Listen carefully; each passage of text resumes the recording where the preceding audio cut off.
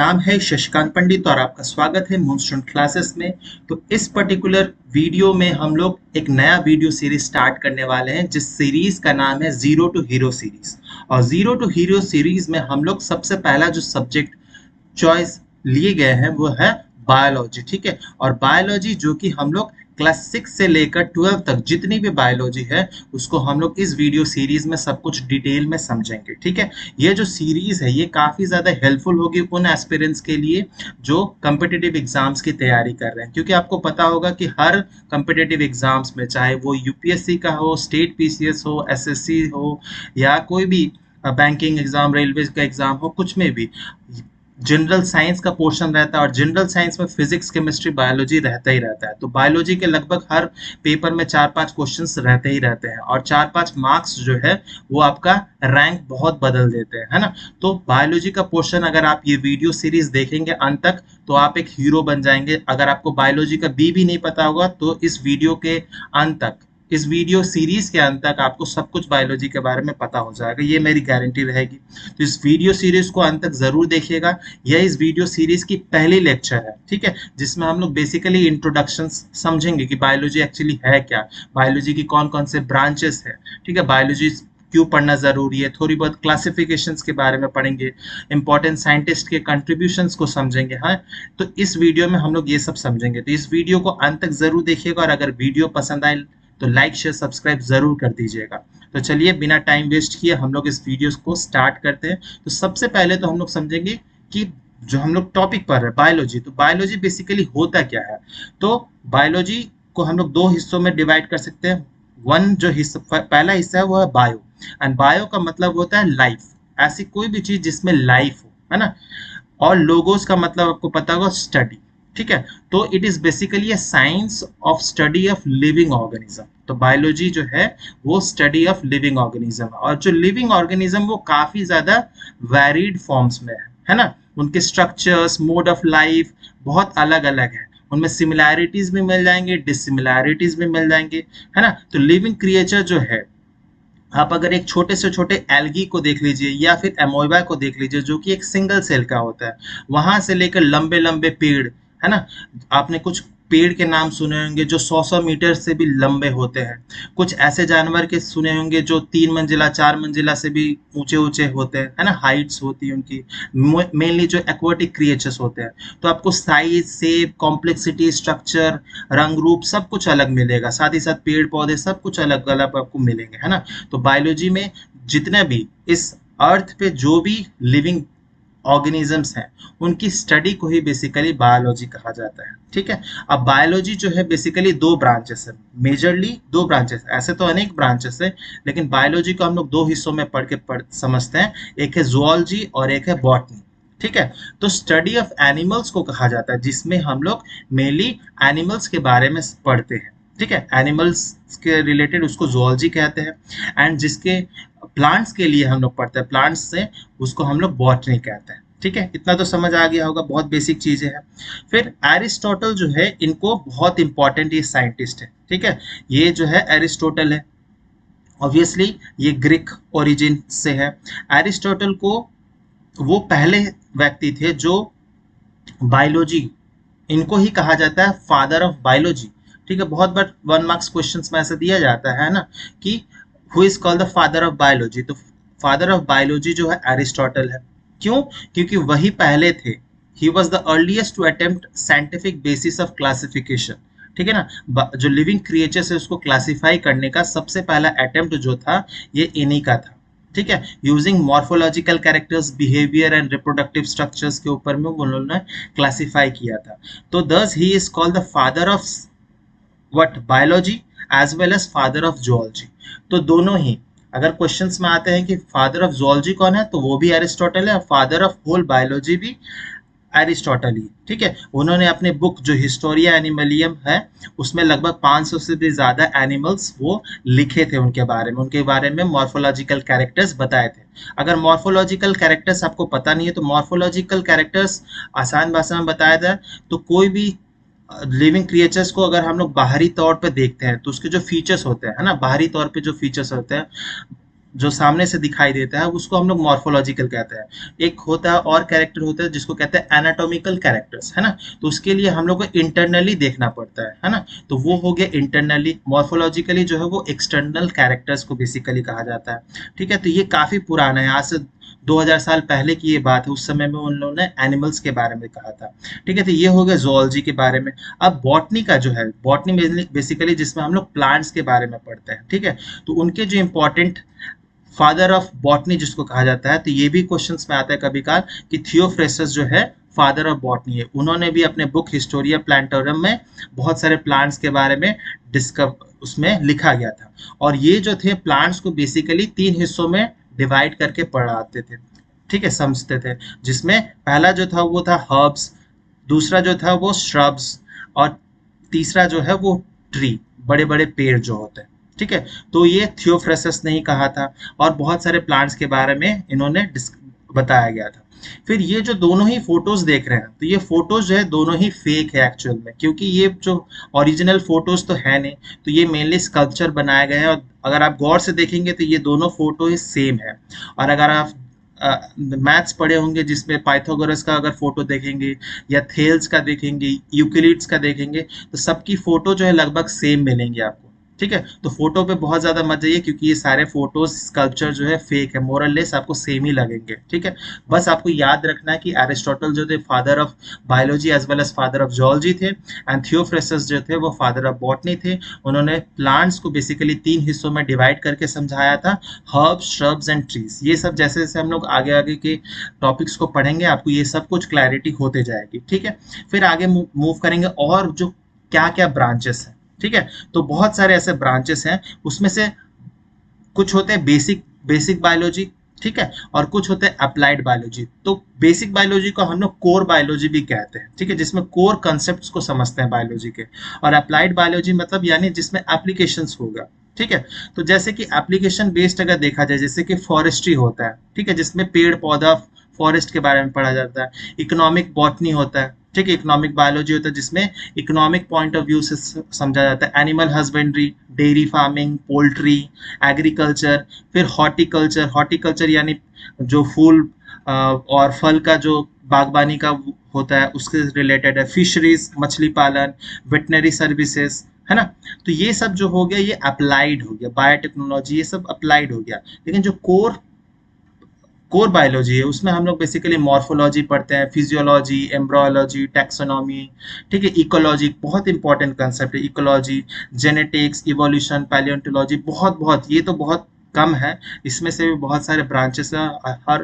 हर branches में क्या है आपका स्कोप है, आप कैरियर बना सकते हैं। तो जो भी बच्चे इंटरेस्टेड है, जो भी एस्पिरेंट इंटरेस्टेड है बायोलॉजी के फील्ड में, तो ऐसे हजारों ऐसे आपको लाइन खुल जाएंगे। ठीक है, तो आप इसको भी देख सकते हैं। तो ये भी आपको समझ आ जाएगा कि बायोलॉजी बहुत छोटा टॉपिक नहीं है, बहुत बहुत ब्रॉड है, इसका अंत ही नहीं है। ठीक है, नेक्स्ट हम लोग पढ़ेंगे लिविंग वर्ल्ड के बारे में।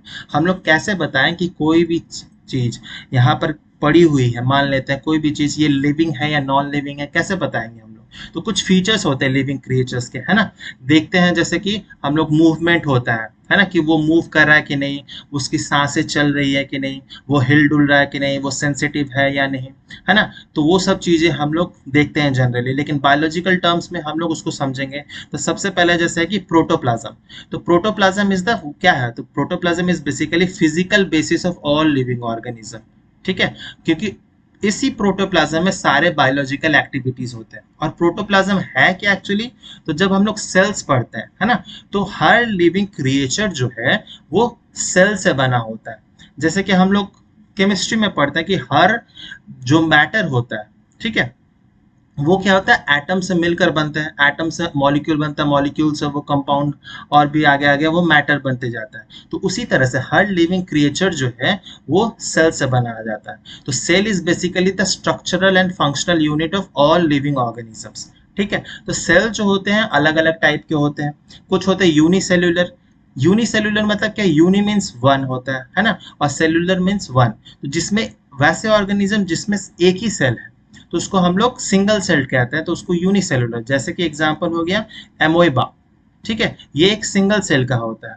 और इसके ऑपोजिट में क्या है, तो मल्टी सेलुलर। ज्यादातर क्रिएचर्स जो है मल्टी सेलुलर, उसमें सेल्स जो है ज्यादा है, एक से ज्यादा सेल्स हैं। तो ऑब्वियसली जो यूनिसेलुलर ऑर्गेनिज्म है वो छोटे एनिमल्स होंगे, छोटे प्लांट्स होंगे, है ना, छोटे क्रिएचर्स होंगे, और उनकी लाइफ साइकिल जो होती है, लाइफ स्पैन जो होता है बहुत छोटा होता है, ठीक है। और मल्टी सेलुलर में क्या होगा, उसमें ऑब्वियसली सेल ज्यादा है, कॉम्प्लेक्सिटीज ज्यादा होंगी। तो हर, मान लेते हैं ये क्या हो गया, एक टिपिकल टाइप ऑफ सेल है, ठीक है। तो सेल्स में बहुत सारे सेल ऑर्गेनल्स प्रेजेंट होते हैं, और हर सेल ऑर्गेनल का फंक्शन होता है।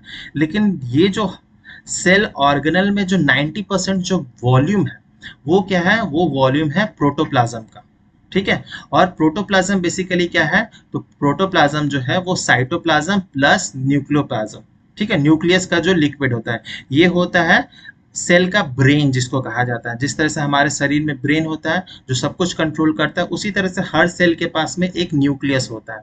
तो वही न्यूक्लियस का जो लिक्विड होता है उसको न्यूक्लियोलस बेसिकली कहते हैं, ठीक है। न्यूक्लियोप्लाज्म भी उसका जो लिक्विड होता है उसको कहते हैं। तो न्यूक्लियोप्लाज्म प्लस जो ये सेल के बाकी जो लिक्विड है उसको साइटोप्लाज्म, इन दोनों को मिला दिया जाता है तो प्रोटोप्लाज्म कहा जाता है। तो क्वेश्चन ऐसे ही बनते हैं, बहुत बच्चे कंफ्यूजन होता है कि प्रोटोप्लाज्म और साइटोप्लाज्म में डिफरेंस क्या है। तो protoplasm is basically cytoplasm plus nucleus, ठीक है। तो ये आपको समझ आ गया होगा। ये सारे क्या है, फीचर्स हैं लिविंग ऑर्गेनिज्म के।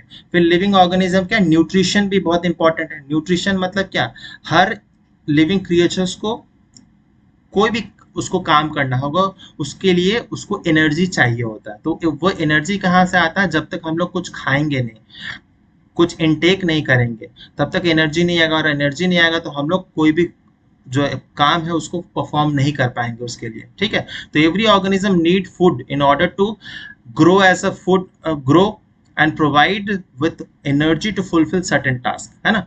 तो they acquire the nutritional requirement through nutrition and digestion, ठीक है। तो न्यूट्रिशन भी दो टाइप्स के होते हैं, एक होता है ऑटोट्रॉप्स, एक होता है हेट्रोट्रॉप्स। तो ऑटोट्रॉप्स वैसे होते हैं, वैसे ऑर्गेनिजम्स होते हैं जो खाना खुद से बना सकते हैं, ठीक है। तो मेनली न्यूट्रिशन भी दो टाइप्स का, ऑटोट्रॉप्स, ऑटो का मतलब होता है खुद से, और एक होता है हेट्रोट्रॉप्स। तो ऑटो जो खुद से बना लेते हैं, जिसमें ज्यादातर आता है ग्रीन प्लांट्स हो गए, जितने भी ग्रीन प्लांट्स हो गया, एल्गी हो गया, है ना, ये सब होते हैं ऑटोट्रॉप्स। और हेट्रोट्रॉप्स जो है खुद खाना नहीं बनाते हैं, वो डिपेंडेंट होते हैं ऑटोट्रॉप्स पे, ठीक है। तो उनको हेट्रोट्रॉप्स कहते हैं। ये और भी फर्दर क्लासिफाइड है, वो भी हम लोग फर्दर टॉपिक्स में पढ़ते रहेंगे, ठीक है। तो हेट्रोट्रॉप जैसे ह्यूमन, हम लोग क्या है हेट्रोट्रॉप, हम लोग खुद खाना नहीं बनाते हैं, हम लोग ऑटोट्रॉप्स पे डिपेंडेंट है ना। हम लोग इसीलिए फल, साग सब्जी या नॉन वेज आइटम्स खाते हैं, है ना। तो ये हो गया हमारा न्यूट्रिशन। तो ये भी क्या है, लिविंग ऑर्गेनिजम्स के फीचर्स हैं। फिर है सेलुलर रेस्पिरेशन। तो रेस्पिरेशन वो प्रोसेस है, it is a chemical reaction that occurs inside the cell. और इससे क्या होता है, ये क्या होता है बेसिकली, इसमें ऑक्सीजन जो है वो एक्ट करता है, ठीक है। और जो भी हम लोग फूड खाना खाए हैं उसको तोड़ता है, ताकि हमें उसमें एक एब्जॉर्बल फॉर्म में एनर्जी मिल सके। जो एब्जॉर्बल फॉर्म है उसको मेनली एटीपी कहा जाता है, ठीक है। तो एटीपी जो है बहुत एनर्जी करेंसी जिसको कहा जाता है, ठीक है। तो रेस्पिरेशन वो प्रोसेस है जिससे, वो केमिकल प्रोसेस है जिसमें खाना को ब्रेक डाउन किया जाता है, और ब्रेक डाउन होकर क्या होगा, एनर्जी रिलीज होगा। और वो एनर्जी जो होता है वो एटीपी के फॉर्म में होता है। तो बहुत बार एटीपी को भी डिफाइन करने दिया जाता है, या एटीपी क्या होता है, तो एटीपी इज बेसिकली एडोनिसाइन ट्राइफॉस्फेट, ठीक है, ट्राइफॉस्फेट। और कभी कभी दिया होता है एडीपी, ठीक है। तो एडीपी मीन्स क्या होगा, तो सेम थिंग ही है लगभग, एडोनिसाइन ट्राइफॉस्फेट की जगह वहां पर हो जाएगा डाइफॉस्फेट, वहां पर सिर्फ दो फॉस्फेट ग्रुप होगा, ठीक है। तो ये डिफरेंस है एटीपी एंड एडीपी। एटीपी जो है वो एनर्जी करेंसी, एडीपी हमारा एनर्जी करेंसी नहीं है, ठीक है। और जो एनर्जी रिलीज होगा वो ऑब्वियसली जो भी सेल्स की रिक्वायरमेंट होगी, जिसको में ग्रोथ मेंटेनेंस में सारी एनर्जी हमारी लग जाती है, ठीक है।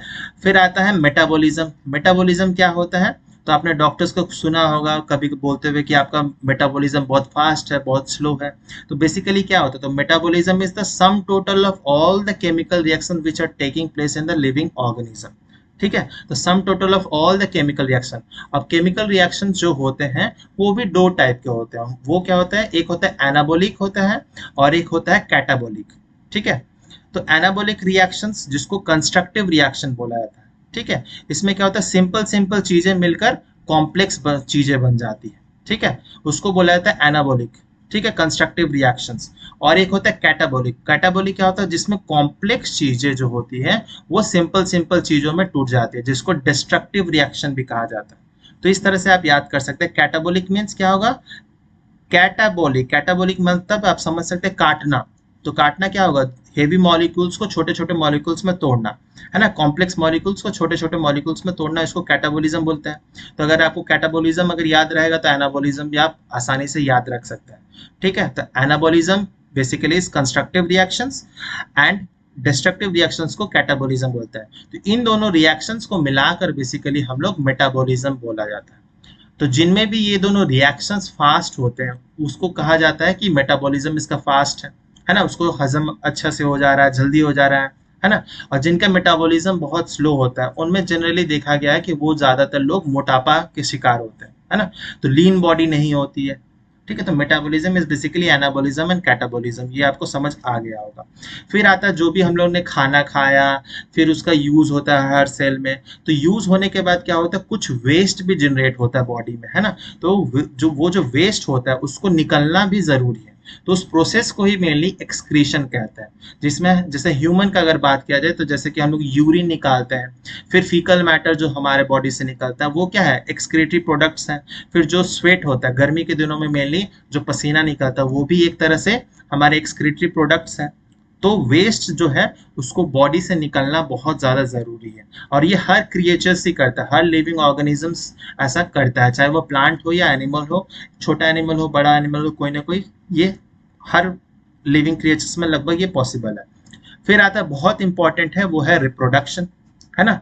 तो रिप्रोडक्शन वो प्रोसेस है जिसमें हम लोग ऑफस्प्रिंग्स प्रोड्यूस करते हैं, बेसिकली नए न्यू यंग वंस को प्रोड्यूस करते हैं बाय द पेरेंट्स, ठीक है। और रिप्रोडक्शन जो है इसमें ये भी दो टाइप्स के होते हैं, सेक्सुअल होता है, एसेक्सुअल होता है। सेक्सुअल जहां पर दो पेरेंट्स का इन्वॉल्वमेंट होता है, ठीक है, एक मेल फीमेल होगा ऑब्वियसली। ए सेक्सुअल में क्या होता है, वहां पर सिंगल पेरेंट ही केपेबल है नया ऑफस्प्रिंग बनाने के लिए। और ए सेक्सुअल रिप्रोडक्शन, सेक्सुअल रिप्रोडक्शन, ये भी अलग अलग टाइप्स के होते हैं, ये भी जब हम रिप्रोडक्शन वाला टॉपिक पढ़ेंगे उसमें मैं समझा दूंगा, ठीक है। तो सेक्सुअल एसेक्सुअल रिप्रोडक्शन आपको लगभग मोटा मोटी तो पता ही होगा। फिर हम लोग आते हैं मूवमेंट, है ना। तो हर लिविंग क्रिएचर जो है वो मूव तो जरूर करता ही है। Living things exhibit locomotions, they move. जैसे कि एनिमल्स को हम लोग को आसानी से समझ आता है कि एनिमल्स के पास में क्या है, तो बोन्स है ना, बोन्स है, लिगामेंट है, टेंडोन्स है, ये सब कुछ भी हम लोग डिटेल में पढ़ेंगे। तो इन सब के बदौलत, और मसल्स है ना, इन सब के बदौलत ही हम लोग मूव कर पाते हैं, एनिमल्स जनरली मूव कर पाते हैं। प्लांट जो है, प्लांट भी मूव करता है, ठीक है। हम लोग को ऐसा लगता है कि स्टैटिक है, लेकिन प्लांट भी मूव करता है, ग्रो करता है, ठीक है। अगर देख सकते हैं कि एक छोटा सा प्लांट जिसका हम लोग अगर सीड लगाते हैं, वो धीरे धीरे क्या होता है, वो वर्टिकली अपराइट और वर्टिकली डाउनवर्ड दोनों तरफ ही मूव करता है। और धीरे धीरे जैसे जैसे उसका एज बढ़ता है वो और भी अपने आप को फैलाते जाता है, फैलाते जाता है, ठीक है। तो ऐसे देखे होंगे। तो जो वर्ल्ड का कहा जाता है सबसे लार्जेस्ट पेड़ है ना, बैनियन का पेड़ है, वो आपका जो इंडियन बॉटनिकल गार्डन है शिवपुर हावड़ा में, वहां पर आपको मिल जाएगा, जो बहुत बड़ा है, बहुत बड़े एरिया में। तो वो भी, उसके बारे में भी आपने कहीं ना कहीं जीके बुक्स में पढ़े होंगे, ठीक है। तो वो भी सब चीजें हम लोग पढ़ेंगे। तो प्लांट ऑल्सो मूव, है ना, प्लांट भी मूव करता है, प्लांट भी कम्युनिकेट करता है। ये सब जो टॉपिक्स है ना, ये सब मेनली पीएचडी के पेपर्स में सब प्रूफ किया जाता है, ठीक है, जिसमें प्लांट किस तरह से ग्रो करते हैं, प्लांट किस तरह से एक दूसरे को कम्युनिकेट करते हैं। हम लोग को लगता है सिर्फ एनिमल्स ही कम्युनिकेट करते हैं, ऐसा नहीं है, प्लांट्स भी कम्युनिकेट करते हैं। फिर आते हैं सेंसिटिविटी एंड अडेप्टिबिलिटी, है ना। तो आपने ये तो देखा ही होगा, जो टच मी नॉट प्लांट होता है, जिसको मिमोसा पुडिका इसका साइंटिफिक नेम है ना। तो जब भी हम लोग उसको टच करते हैं या हवा देते हैं तो ये मुरझा जाता है। तो ये क्या है, बेसिकली एक सेंसिटिव है। फिर आप देखते होंगे कि अगर खिड़की के पास हम लोग कोई पौधा लगाए हैं और उसी तरफ से वो रोशनी आ रही है, तो वो जो उसकी ब्रांचेस है वो रोशनी के तरफ में मूव करने लगती है। तो ये भी क्या है, ये भी सेंसिटिविटी अडेप्टिबिलिटी को शो करता है। देखते होंगे अडेप्टिबिलिटी का मैं एग्जांपल दे सकता हूँ, जैसे कि गर्मियों के दिन में क्या होता है, जब बारिश नहीं होती है तो पेड़ क्या करता है, अपने सारे जो पत्ते होते हैं उसको छोड़ देता है। अब इसलिए छोड़ता है ताकि पानी को वो कंजर्व कर सके। अगर पत्ते रहेंगे तो पत्ते से क्या होगा, वाटर जो है काफी ज्यादा इवापोरेट हो जाएगा हवा में, ठीक है। तो प्लांट के पास में पानी ही नहीं बचेगा बाकी काम के लिए, और प्लांट क्या होगा, अल्टीमेटली मर जाएगा। इसीलिए पेड़ क्या करता है, वो पत्ते को छोड़ देता है। तो पत्ता छोड़ देता है तो इवापोरेशन जो होता है प्लांट के लीफ से वो कम हो जाता है, तो प्लांट के पास पानी बच जाता है बाकी फंक्शन के लिए। फिर जब उसके पास में बारिश आती है तो वो अपना फिर से ग्रोथ स्टार्ट कर लेता है। तो ये भी क्या है, अडेप्टिबिलिटी है। ये होता है प्लांट्स में। एनिमल्स के केस में भी ऐसे होता है ना। जब भी हम लोग ठंडी जगह जाते हैं, गर्म जगह जाते हैं, तो हम लोग अडाप्ट होने में थोड़ा टाइम लगता है। तो वो ये सब लिविंग क्रिएचर्स के मेनली फीचर्स कह सकते हैं। तो ऐसे हजारों फीचर्स है, जो जो मेन मेन फीचर्स थे वो हम लोग डिस्कस कर चुके हैं।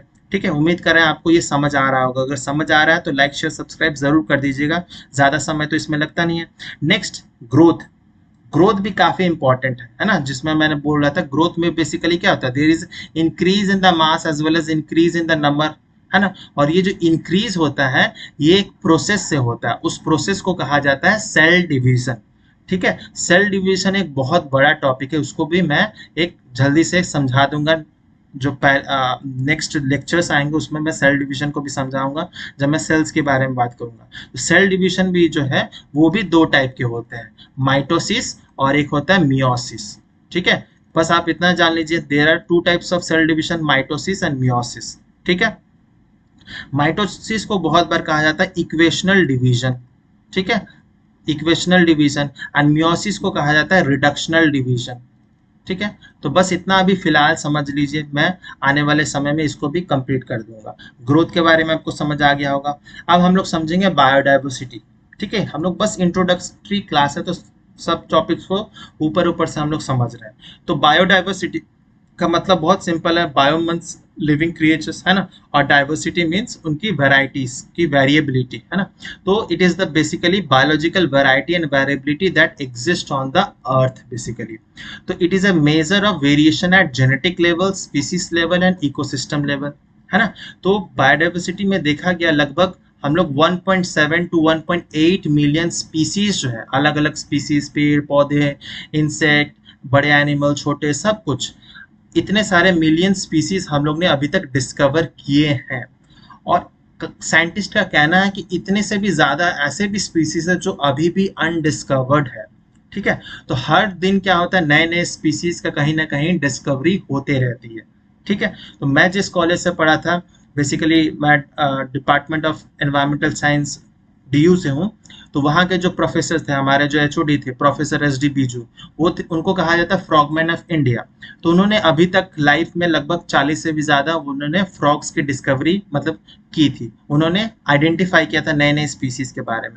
तो ऐसे बहुत सारे जो साइंटिस्ट है, रिसर्चर्स हैं, वो नए नए स्पीसीज को डिस्कवरी करते रहते हैं। आपको न्यूज में ऐसा पता चलता होगा कि इस जगह पे एक नया पेड़ मिला है या नया स्पीसीज मिला है ना। तो ये सब इन्हीं का काम होता है, रिसर्चर्स लोग का ही काम होता है। तो ये सब क्या है, बायोडाइवर्सिटी में आता है। तो बहुत इंटरेस्टिंग है ये भी पढ़ना। जो टर्म है बायोडाइवर्सिटी, ये किसने दिया था, तो वॉल्टर जी रोसन ने दिया था 1985 में। तो ये सारे क्वेश्चन जो है आपके कॉम्पिटिटिव एग्जाम्स में ऐसे पूछे जाते हैं कि who term the coin biodiversity, तो वॉल्टर जी रोसन। ये जो क्वेश्चन है, ये अगर आप यूपीएससी वगैरह देते हैं तो उसके लिए एक इंपॉर्टेंट रहता है, जिसमें क्वेश्चन सब्जेक्टिव क्वेश्चन आता है, उस टॉपिक में भी ये काफी इंपॉर्टेंट रहेगा। जैसे कि biodiversity plays a major role in establishing balance in nature, किस तरह से ये इंपॉर्टेंट रोल प्ले करता है। ठीक है, तो इसके बारे में आप अपने पॉइंट्स, आपके विचार जो भी है वो आप कमेंट सेक्शन में जरूर लिखिएगा। ठीक है, और कोशिश कीजिएगा इस टॉपिक पे आप ऐसे लिख के, खुद से आर्टिकल लिख के प्रैक्टिस कर सकते हैं। ठीक है, तो biodiversity holds ecological and economic importance as it provides at nourishment, housing, fuel and other resources. सब कुछ जो भी हम लोग पास आज को अवेलेबल है, चाहे आपका घर हो, घर में जो फर्नीचर है वो कहाँ से आ रहा है, फॉरेस्ट से आ रहा है, वो किसका पार्ट है, बायोडाइवर्सिटी का पार्ट है ना। जो भी हम लोग खाना खा रहे हैं वो सब भी कहाँ का है, फूल पत्ते, या फिर अगर नॉनवेज भी खाते हैं वो सब कहाँ से आ रहा है, उधर वहीं से आ रहा है ना। अगर हम लोग घूमने जाते हैं कहीं पे भी, है ना, तो हम लोग वैसे जगह घूमते हैं जहाँ पर पेड़ पौधे ज्यादा हो, रिवर्स हो, स्ट्रीम्स हो, है ना। तो वो सब क्या है, ये सब पूरे बायोडाइवर्सिटी का पार्ट है। तो वहाँ पर हम लोग को इकोलॉजिकल इंपॉर्टेंस भी है, इकोनॉमिक इंपॉर्टेंस है, एस्थेटिक इंपॉर्टेंस है, फिर बहुत कुछ इंपॉर्टेंस है। तो बायोडाइवर्सिटी बहुत इंपॉर्टेंट रोल प्ले करता है। ये सब चीज़ें जो है हम लोग आने वाले फर्दर टॉपिक्स में डिटेल में समझेंगे, बस हम लोग ऊपर ऊपर से जा रहे हैं। फिर एक बहुत इंपॉर्टेंट टॉपिक है, इसलिए मैं इसमें ऐड कर लिया, मेगा डाइवर्स रीजन। तो ऐसे कंट्रीज या ऐसे रीजन जहाँ पर डाइवर्सिटी जो है बहुत ज़्यादा होती है, तो वैसे कहाँ पर मिलेगा, तो वो मिलता है मेनली आपके जो इक्वेटर वाला रीजन है ना, ये वाला इक्वेटर रीजन है मान लेते हैं, ठीक है। तो इक्वेटर क्या है, 0 डिग्री होता है लैटिट्यूड। तो इक्वेटर के ऊपर जो है बेसिकली 23.5 डिग्री जो है नॉर्थ, उसको ट्रॉपिक ऑफ कैंसर कहा जाता है, और 23.5 डिग्री साउथ उसको कहा जाता है ट्रॉपिक ऑफ कैप्रिकॉर्न। तो इन ट्रॉपिक्स के बीच में जो एरिया है, ठीक है ना, इसी को ट्रॉपिकल जोन कहा जाता है। तो ज़्यादातर जो मेगा डाइवर्स कंट्री है जहाँ पर डाइवर्सिटी सबसे ज़्यादा है वो इसी रीजन में है। तो इंडिया जो है, इंडिया भी एक मेगा डाइवर्सिटी कंट्री है। यहाँ पर भी बहुत सारे आपको बायोलॉजिकल हॉटस्पॉट रीजन मिल जाएंगे, जैसे कि वेस्टर्न घाट हो गया, ठीक है। फिर जो हमारे नॉर्थ ईस्ट हिमालयास हो गया, फिर अंडमान निकोबार आइलैंड हो गया, ये सब बहुत इंपॉर्टेंट। फिर श्रीलंका वाला जो एरिया है, गल्फ ऑफ मन्नार, वो सब एरिया जो है वो बायोलॉजिकल हॉटस्पॉट एरिया है। बायोलॉजिकल हॉटस्पॉट क्या होता है, वो जब हम इकोलॉजी पढ़ेंगे, इकोलॉजी वाला टॉपिक पढ़ेंगे, तो वहां पर मैं समझा दूंगा। बस आपको इतना जानना है कि मेगा डाइवर्स कंट्री क्या है। तो वैसे कंट्री जहाँ पर डाइवर्सिटी बहुत ज़्यादा होती है, और ये बेसिकली ट्रॉपिकल रीजन में होते हैं। और आपने पढ़ा ही होगा ज्योग्राफी में कि जैसे जैसे हम लोग इक्वेटर से दूर जाते हैं, तो डाइवर्सिटी जो है, डाइवर्सिटी लेवल कम होते जाती है। जैसे जैसे हम लोग पोल्स की तरफ भागेंगे, हमारे डाइवर्सिटी लेवल्स कम होते जाती है। तो ये तो बेसिक चीज़ें हैं, ये तो पता चल गया होगा आपको। फिर हम लोग समझेंगे क्लासिफिकेशन, ठीक है। इतने सारे जो क्रिएचर्स हैं, उसमें पेड़ पौधे, इंसेक्ट्स, एनिमल, जिराफ, कुछ भी ले लीजिए, उसको क्लासिफाई करना बहुत ज़रूरी है ना। किसको कौन प्लांट में आएगा, कौन एनिमल्स में आएगा, कौन अलग अलग, तो क्लासिफिकेशन बहुत ज़्यादा ज़रूरी है। तो it is basically the scientific arrangement of an organism in a specific hierarchical series of groups on the basis of similarities and differences. तो हम लोग सिमिलैरिटीज एंड डिसिमिलैरिटीज के बेसिस पे ही हम लोग मेनली क्लासिफाई करते हैं, ठीक है। तो जो सबसे पहला काम क्लासिफिकेशन का किया था वो एरिस्टोटल ने ही किया था। और एरिस्टोटल ऑब्वियसली इसमें इनका जो रोल था वो एनिमल्स के केस में ज़्यादा था। उन्होंने एनिमल्स को क्लासिफाई किया था। और किस बेसिस पे किया था, तो वो किया था, तो सबसे पहला था कि एनिमल्स कहाँ रहते हैं, लैंड पे रहते हैं, वाटर पे रहते हैं, या एयर में रहते हैं, ठीक है। तो लैंड पे जो रहते हैं वो ऑब्वियसली टेरेस्ट्रियल हो गया, वाटर में जो रहता है वो एक्वाटिक हो गया, एयर में जो है वो एरियल हो गया। फिर और क्लासिफिकेशन का मेथड क्या था कि उनका जो खून है वो रेड ब्लड सेल वाला है या नॉन रेड ब्लड सेल है, ठीक है। फिर और भी क्राइटेरिया था उनके पास में कि वेदर दे आर ओवीपेरस और वीवीपेरस। ओवीपेरस क्या होता है, तो वैसे और एनिमल्स जो मेनली अंडा देते हैं, उनका जो यंग ऑफस्प्रिंग होता है वो अंडे से होते हैं। जैसे कि स्नेक हो गया, फ्रॉग हो गया, जो छोटे क्रिएचर्स होते हैं, चिड़िया हो गया, उसमें क्या होता है, मेनली ओवीपेरस होता है। वीवीपेरस क्या होता है, जिसमें जो यंग वंस होते हैं वो डायरेक्ट बच्चा ही बनता है। जैसे ह्यूमन बींग्स, हम लोग में डायरेक्ट बच्चे ही निकलते हैं, अंडा तो होता नहीं है सच, ठीक है। तो एरिस्टोटल इन सब बेसिस पे क्लासिफाई किए थे। तो एरिस्टोटल एनिमल्स के बारे में बहुत ज़्यादा उन्होंने क्लासिफाई किया था, इसीलिए उनको फादर ऑफ जियोलॉजी के साथ साथ फादर ऑफ बायोलॉजी भी कहा जाता है, ठीक है। तो क्लासिफिकेशन इन्होंने स्टार्ट किया था। लेकिन मॉडर्न टाइम्स में क्लासिफिकेशन जो है, अलग अलग साइंटिस्ट अपना अलग अलग थ्योरीज दिए थे, लेकिन जो मोस्ट एक्सेप्टेड थ्योरी है क्लासिफिकेशन का, वो किया था मेनली कार्लस लिनियस ने कहा था, ठीक है। लेकिन ये जो बेसिस ऑफ क्लासिफिकेशन है वो भी जानना आपको जरूरी है, किस बेसिस पे हम लोग क्लासिफाई कर रहे हैं। तो सबसे पहले तो सेल स्ट्रक्चर पे, है ना, कि सेल स्ट्रक्चर क्या है, वो सेल किस टाइप का है, प्रोकैरियोटिक सेल है या यूकैरियोटिक सेल्स है, ठीक है। तो प्रोकैरियोटिक मतलब क्या होता है, कैरियोटिक का मतलब होता है न्यूक्लियस, कैरियन का मतलब होता है न्यूक्लियस। तो प्रोकैरियोटिक सेल वो सेल होते हैं जिनके पास न्यूक्लियस नहीं होता है, ठीक है। Again I am saying, prokaryotic cell वो होते हैं जिनके पास न्यूक्लियस नहीं होता है।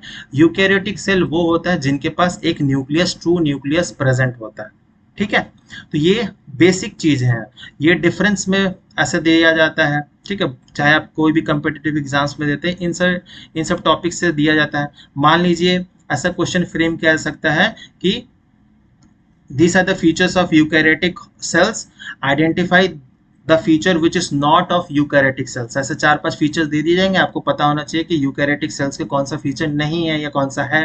तो ये सब फीचर्स हम लोग डिटेल में समझेंगे। बस आप इतना समझ लीजिए अभी कि प्रोकैरियोटिक मतलब होता है जिसके पास न्यूक्लियस नहीं होता है और जो सेल ऑर्गेनल्स होते हैं वो भी नहीं होते हैं, मेम्ब्रेन बाउंड सेल ऑर्गेनल जो होते हैं वो भी प्रेजेंट नहीं होते हैं। यूकैरियोटिक में क्या है, न्यूक्लियस भी प्रेजेंट है एंड साथ ही साथ में सेल जो ऑर्गेनल्स है वो भी प्रेजेंट होते हैं। ठीक है, फिर बॉडी स्ट्रक्चर जो होता है ये मैंने बता दिया, यूनिसेलुलर एंड मल्टीसेलुलर। यूनिसेलुलर जिसके पास एक सेल होता है, मल्टीसेलुलर जिसके पास ज्यादा सेल्स होता है। तो मल्टीसेलुलर में क्या होगा, ऑब्वियसली आपको डिवीजन ऑफ लेबर मिलेगा, है ना, जिसमें आपको कॉम्प्लेक्सिटीज मिलेगा, हर सेल का, हर सेल ऑर्गेनल्स का अलग अलग फंक्शन होगा, है ना। यूनिसेलुलर में क्या होगा कि एक ही सेल सारा फंक्शन करेगा, सब कुछ वही करेगा, है ना, क्योंकि उसके पास ऑप्शन ही नहीं, एक ही सेल है उसके पास में। फिर न्यूट्रिशन वाला भी मैं बता दिया, ऑटोट्रॉप्स है, हेटरोट्रॉप्स है, तो इन सब बेसिस पे ही मेनली क्लासिफाई किया था। ठीक है, और जो साइंटिस्ट थे, है ना, तो वही जो साइंटिस्ट जिनका क्लासिफिकेशन में मॉडर्न टाइम में बहुत इंपॉर्टेंट रोल है वो है कार्लस लिनियस। ठीक है, और इसीलिए इनको लीनियन हायरार्की भी कहा जाता है, ये जो अभी मैं बताऊंगा इसके बारे में। तो कार्लस लिनियस जो है उनको फादर ऑफ टैक्सोनॉमी भी कहा जाता है। ठीक है, तो कार्लस लिनियस बहुत इंपॉर्टेंट है, ये क्वेश्चन में आता है बहुत बार, फादर ऑफ टैक्सोनॉमी। तो टैक्सोनॉमी बेसिकली वो ब्रांच ऑफ बायोलॉजी है जिसमें हम लोग लिविंग क्रिएचर्स को, ऑर्गेनिजम्स को क्लासिफाई करते हैं, क्लासिफाई करके उसका नामकरण भी करते हैं। ठीक है, तो उसको मेनली एक सर्टेन कैटेगरीज में बांटा जाता है, तो उस टेक्निक को मेनली टैक्सोनॉमी कहा जाता है। ठीक है, और each unit of classification represent है rank and is termed as taxon. एक हर रैंक को टैक्सन कहा जाता है। ठीक है, तो जैसे कि आपको पता होगा, जैसे इंडियन आर्मी में रैंक होता है ना, कैप्टन हो गया, सूबेदार हो गया, जनरल, कर्नल, ब्रिगेडियर, है ना, जनरल, सब कुछ होता है। तो उसमें भी क्या होता है, रैंक होता है ना, तो वो वही टाइप ऑफ रैंक जो है लिविंग क्रिएचर्स के लिए भी होता है। तो जो सबसे लोएस्ट रैंक बेसिकली या टैक्सन कहेंगे वो होता है स्पीसीज। ठीक है, तो जैसे कि स्पीसीज का मतलब क्या है, तो natural organism that can sexually reproduce. ठीक है, तो वैसे ऑर्गेनिज्म जो रिप्रोड्यूस कर सकते हैं। ठीक है, उनको हम लोग बेसिकली स्पीसीज कहते हैं। फिर स्पीसीज के बाद में दूसरा जो रैंक होता है वो होता है जीनस का। ठीक है, तो जीनस जो है बेसिकली क्या है, तो ग्रुप ऑफ रिलेटेड स्पीसीज को जीनस कहा जाता है। ठीक है, फिर जीनस के बाद आता है फैमिली। ठीक है, फैमिली के बाद आता है ऑर्डर, ऑर्डर के बाद क्लास, क्लास के बाद आता है फाइलम या डिवीजन, और डिवीजन और के बाद आता है मेनली किंगडम। ठीक है, तो ये आपको याद करने में दिक्कत होगा क्योंकि ये जो बहुत बार ये सीक्वेंस पूछ लिया जाता है, ये जो टैक्सोनॉमिकल हायरार्की है इसका सीक्वेंस पूछा जाता है। तो इसको याद करने का बहुत इंपॉर्टेंट सिंपल सा एक फॉर्मूला मैं बता देता हूं। तो जैसे कि king, K for king Philips, king P for phylum.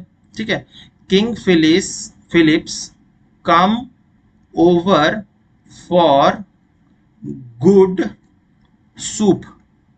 आप इसके हर इनिशियल जो है उससे आप याद रख सकते हैं। के फॉर किंगडम हो गया, पी फॉर फाइलम हो गया, सी फॉर क्लास हो गया, O for order, F for family, G for genus and S for species. ठीक है, क्योंकि ये याद करने में दिक्कत होता है बहुतों को, तो इस तरह से आप याद कर सकते हैं, king Philips come over for good soup. तो ये सीक्वेंस जो है बहुत बार एग्जाम में आता है। तो ये जो है हर रैंक है, और हर रैंक को बेसिकली ईच रैंक या उसको रैंक या टैक्सन सेम थिंग है, वो क्या है, वो यूनिट ऑफ क्लासिफिकेशन। ठीक है, तो जैसे जैसे आप बायोलॉजी पढ़ेंगे इन सब का जो कॉन्सेप्ट वो क्लियर हो जाएगा। अगर मैं अभी बताने जाऊंगा तो ये बहुत बड़ा टॉपिक है, कभी क्लियर नहीं होता है, बहुत ज्यादा कॉम्प्लेक्स है ये। ठीक है, तो दिस टैक्सोनॉमिक ग्रुप या कैटेगरीज जो है are distinct biological entities and not merely morphological aggregates. ठीक है, ये डिस्टिंक्ट बायोलॉजिकल एंटिटीज है। तो आप इसको रिलेट कर सकते हैं। सबसे पहले था स्पीसीज, बहुत सारे स्पीसीज को मिलाकर जीनस कहा जाता है, बहुत सारे जीनस को ये मिलाकर फैमिली, बहुत सारे फैमिली को मिलाकर ऑर्डर, ऑर्डर को मिलाकर क्लास, क्लास को मिलाकर फाइलम, फाइलम को मिलाकर किंगडम। ये जो पार्ट है फाइलम एंड डिवीजन। ठीक है, तो फाइलम जो है, फाइलम हम लोग यूज करते हैं मेनली एनिमल के केस में, जब हम लोग एनिमल्स के बारे में पढ़ते हैं, और डिवीजन जब हम लोग पढ़ते हैं वो हम लोग पढ़ते हैं जब प्लांट्स के बारे में पढ़ते हैं तब होता है। तो यही डिफरेंस है बेसिकली। जब हम लोग एनिमल्स के बारे में पढ़ेंगे तब हम लोग फाइलम कहेंगे, और जब प्लांट्स के बारे में पढ़ेंगे तो हम लोग डिवीजन यूज करेंगे। ठीक है, बाकी सब कुछ सेम है। ऐसे आप याद रख सकते हैं, king Philips come over for good soup. आप इसे ये टैक्सोनॉमिकल कैटेगरीज को सीक्वेंस में याद कर सकते हैं। ठीक है, तो ये ऊपर नीचे नीचे ऊपर किसी में भी दिया जा सकता है, काफी काफी इंपॉर्टेंट रहेगा। नेक्स्ट हम लोग पढ़ेंगे वो है नोमेनक्लेचर, है ना। सिर्फ क्लासिफिकेशन करने से तो नहीं होगा, क्लासिफिकेशन करने के बाद में उसका नामकरण करना भी जरूरी है। तो ये जो नामकरण करते हैं, इसके भी जो फादर हैं नोमेनक्लेचर के, जिसको कहा जाता है बाइनोमियल नोमेनक्लेचर, ये भी कार्लस लिनियस ही है। तो इसीलिए कार्लस लिनियस जो है फादर ऑफ टैक्सोनॉमी है। तो बाइनोमियल नोमेनक्लेचर क्या होता है? बाइनोमियल मीन्स क्या होता है? दो, है ना। तो किसी भी एक ऑर्गेनिज्म का मेनली दो नाम से नामकरण करना। क्यों ऐसा क्यों किया जाता है? तो आप देखते होंगे कि कोई एक चीज है, मान लेते हैं आम है, ठीक है। तो आम जो है, अगर इंडिया में ही देखेंगे, आम को अलग अलग जगह में अलग अलग स्टेट में अलग अलग नाम से पुकारा जाता होगा। ठीक है, मे बी ईस्ट इंडिया में कुछ होगा, वेस्ट में कुछ होगा, नॉर्थ में कुछ, साउथ में कुछ, अलग अलग होता है। इसी तरह से अगर पूरे वर्ल्ड में देखा जाए तो आम का अलग अलग कंट्रीज में अलग अलग नाम होगा, है ना। तो क्या होगा, हर कंट्रीज अपना अलग अलग नाम रखेगा तो उसमें कंफ्यूजन हो जाएगा। तो कंफ्यूजन ना हो इसीलिए क्या किया गया, हम लोग इसका एक साइंटिफिक नेम रखेंगे, और जो साइंटिफिक नेम होगा वो पूरे वर्ल्ड वाइड में एक्सेप्टेड होगा। जैसे क्या होता है, जैसे ज्योग्राफी में हम लोग पढ़ते हैं इंडियन स्टैंडर्ड टाइम, जो कि मिर्जापुर से पास होता है ना। तो वो क्या होता है, पूरे इंडिया के लिए वो वही टाइम हो जाता है, एक स्टैंडर्ड टाइम। उसी तरह से बाइनोमियल नोमेनक्लेचर क्या है, वो स्टैंडर्ड नेमिंग प्रोसीजर है, जिसमें हम लोग हर क्रिएचर के बेसिकली दो नाम से डिनोट करते हैं, और ये हर जगह में यूनिवर्सल है। ठीक है, तो बेसिकली बाइनोमियल में जो पहला नाम होता है, पहला कंपोनेंट होता है, वो होता है जेनेरिक कंपोनेंट, जो जीनस को रिप्रेजेंट करता है। और जो दूसरा नाम होता है वो होता है स्पेसिफिक, जो स्पीसीज को डेमोन्स्ट्रेट कर रहा है ना। तो वो होता है, और ये जो नाम है, ये बेसिकली नाम आता है international code of binomial nomenclature. इसका जो हेड क्वार्टर है, मेनली आप कमेंट सेक्शन में बताइएगा, इसका हेड क्वार्टर यूरोप में कहीं है। ठीक है, तो ये जो है ऑर्गेनाइजेशन बेसिकली यहीं से सारा नाम का नामकरण किया जाता है, बेसिकली यहीं से अप्रूवल मिलता है। ठीक है, तो ये काफी काफी इंपॉर्टेंट है। और ये जो है ये भी फर्दर डिवाइड हो जाता है, एक आईसीबीएन और एक आईसीजेडएन में। ठीक है, आईसीबीएन और एक आईसीजेडएन में। तो एक होता है बॉटनिकल नेम और एक होता है जूलॉजिकल नेम। ठीक है, तो बॉटनिकल एंड जूलॉजिकल नेम होता है। अब ये जो नामकरण किया जाता है, इसके सर्टेन रूल्स है। ये जो रूल्स है, यही international code of botanical nomenclature है, यही बनाते हैं ये रूल्स, है ना। जैसे क्रिकेट मैच हो रहा है, क्रिकेट के जो रूल्स होते हैं वो कौन बनाता है? बेसिकली आईसीसी बनाता है ना, इंटरनेशनल क्रिकेट काउंसिल। उसी तरह से जो बायोलॉजिकल नोमेनक्लेचर है या बाइनोमियल नोमेनक्लेचर, उसके जो नामकरण के रूल्स है वो भी आईसीबीएन ही बनाता है। तो the name of the genus begins with the capital letter. ठीक है, फिर जो स्पीसीज होता है वो स्मॉल लेटर से होता है। फिर when printed scientific names are given in italics, italics में लिखा होता है। जब हाथ से लिखा जाता है, स्पीसीज और जीनस जो होता है वो सेपरेटली अंडरलाइन होता है। ये कुछ इंपॉर्टेंट फीचर्स है, आपको नहीं समझ आया होगा। तो जैसे कि हम लोग देखते हैं ह्यूमन बीइंग क्या होता है, हम लोग ह्यूमंस हैं, है ना। तो ह्यूमन बीइंग का जो साइंटिफिक या बाइनोमियल नेम है उसको कहा जाता है होमो सेपियंस। ठीक है, होमो सेपियंस। तो जो पहला कंपोनेंट है वो क्या है, इस जीनस, जो जीनस को रिप्रेजेंट कर रहा है। सेपियंस जो है वो क्या रिप्रेजेंट कर रहा है, वो स्पीसीज को रिप्रेजेंट कर रहा है। ठीक है, वो स्पीसीज को रिप्रेजेंट कर रहा है। फिर जीनस जो होता है, पहला वर्ड जो होता है वो कैपिटल लेटर में होगा, जो स्पीसीज का पहला वर्ड होगा वो स्मॉल लेटर में होगा। दोनों ही क्या होगा, इटैलिक्स में लिखे होंगे। इसका जो फॉन्ट होता है इटैलिक्स में होता है। और अगर आप हैंड से लिख रहे हैं, हाथ से पेन से लिख रहे हैं, तो आपको सेपरेटली हर जीनस और स्पीसीज को सेपरेटली अंडरलाइन करना पड़ेगा। आप दोनों को एक साथ अंडरलाइन नहीं कर सकते हैं, दोनों को अलग अलग अंडरलाइन करना पड़ेगा। यही होता है बेसिकली रूल्स, यही 5-6 रूल्स हैं जिससे ऑर्गेनिजम्स का नामकरण किया जाता है। तो आप एग्जाम्पल देख सकते हैं, जैसे कि मैन, ह्यूमन बीइंग का क्या नाम है, तो बायोलॉजिकल नेम जो है वो है होमो सेपियंस। ठीक है।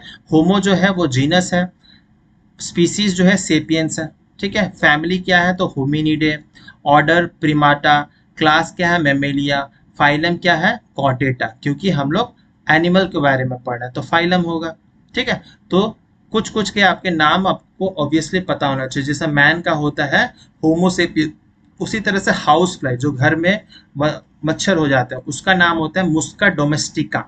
डोमेस्टिका से समझ सकते हो वो हाउस के अंदर है, तो मुस्का डोमेस्टिक क्या हो गया उसका बायोलॉजिकल नेम, है ना।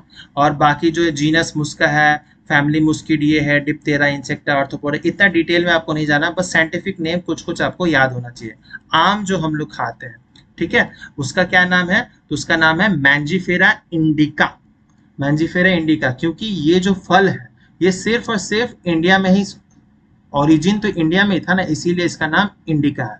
लेकिन मैंगो बहुत सारे अलग अलग कंट्रीज में उगते हैं, तो स्टार्ट हुआ था इंडिया में, इसीलिए नाम इसका इंडिका रखा हुआ है, ठीक है। तो बहुत सारे ऐसे नाम भी देखेंगे जिसमें साइंटिस्ट का भी नाम होता है, या आप अपने नाम से भी रख सकते हैं, बशर्ते कि आपने उसको इन्वेंट किया है, डिस्कवर किया है, या फिर आपने उसमें योगदान रहा है आपका कुछ, है ना, या आपके ऑनर में रखा गया है, ठीक है। तो ये सब भी किया जा सकता है। फिर जो गेहूं होता है उसका साइंटिफिक नेम क्या है, ट्रिटिकम एस्टिवम। तो कुछ कुछ नाम आपको पता होना चाहिए। मैन का जो है, मैन का तो बहुत इंपॉर्टेंट है होमोसेपियंस, ठीक है। मैंजिफेरा इंडिका मैंगो का हो गया, ठीक है। फिर गेहूं का हो गया ट्रिटिकम एस्टिवम, ठीक है। फिर अगर गाय की बात की जाए काऊ का, ठीक है, तो उसका होता है बॉस इंडिकस, ठीक है, बॉस इंडिकस, ठीक है। फिर राइस की अगर बात की जाए, जो हम लोग चावल खाते हैं, उसका क्या होता है तो ओराइजा सटाइवा। ये सब क्या है साइंटिफिक नेम्स है। तो कुछ कुछ नाम आपको याद रखने हैं, बहुत ज्यादा नाम याद नहीं रखना है, ठीक है। तो इस लेक्चर में बस इतना ही था, जिसमें हम लोग ने बेसिकली जो इंट्रोडक्शन टू बायोलॉजी है उसको समझा था। जो नेक्स्ट लेक्चर आएगा, लेक्चर नंबर 2, उसमें हम लोग बायोलॉजिकल क्लासिफिकेशन को समझेंगे, जिसमें हम लोग 5 किंगडम ऑफ क्लासिफिकेशन को समझेंगे, ठीक है। ये जो बेसिक बायोलॉजी है ना, ये काफी इंपॉर्टेंट होने वाली है। अभी आपको शायद हो सके बोरिंग लग रही होगी, लेकिन ये सबसे भी क्वेश्चंस बनते हैं, ठीक है। तो इस वीडियो को देखने के लिए बहुत बहुत धन्यवाद। अगर वीडियो अच्छा लगा हो तो लाइक जरूर कीजिएगा, कमेंट करके जो भी मैंने क्वेश्चन पूछे हैं आप उसके आंसर दे सकते हैं, सुझाव हो, डाउट्स हो, कुछ भी हो कमेंट सेक्शन में पूछ सकते हैं। शेयर एंड सब्सक्राइब ज़्यादा से ज़्यादा कीजिए, ताकि हर एस्पिरेंट्स को ये वीडियो पहुंचे और उनके जो सफ़र हो वो आसान बन सके। आप इंस्टाग्राम पे भी जुड़ सकते हैं मुझसे। मिलते हैं नेक्स्ट वीडियो में, टिल देन बाय बाय, जय हिंद।